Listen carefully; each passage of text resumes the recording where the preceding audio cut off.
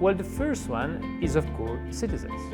And it may seem obvious to think about that, but you'd be surprised in the 20th century, many cities were actually built without too much attention about participation and the engagement of the community, and they resulted in spectacular failures. And even beautiful cities such as Chandigarh in India or Brasilia in Brazil, they actually didn't work well for many decades because of this very top-down approach.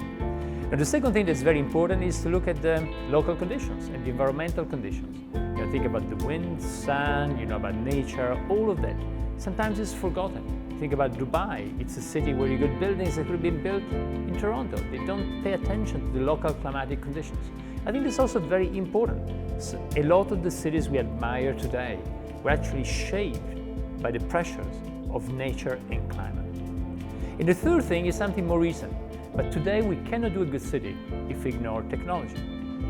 Technology is getting more and more important when we look at cities, and the reason is that it's a way to collect a lot of data from the city.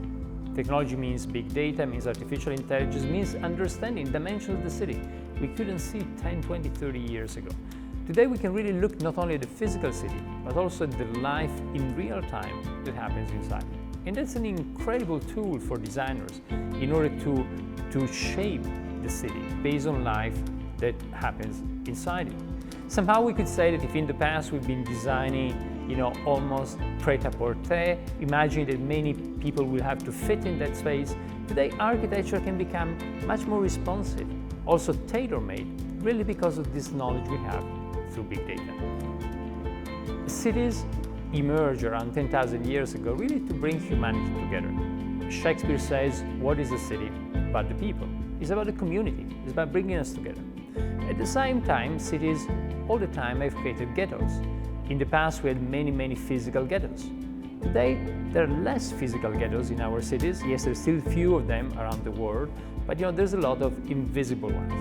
And actually, we got a project at the moment where we're looking at cell phone data in order to measure these kind of invisible ghettos. Invisible ghettos means there are certain communities that are in part of the city, but they don't talk, they don't communicate, they don't move next to other communities. And understanding these kind of invisible ghettos is the first step in order to design a more inclusive city. And in doing that, a very important thing is public space, because public space brings us together, all together, without any division. So I think designing a good city from public space can actually help us be more inclusive.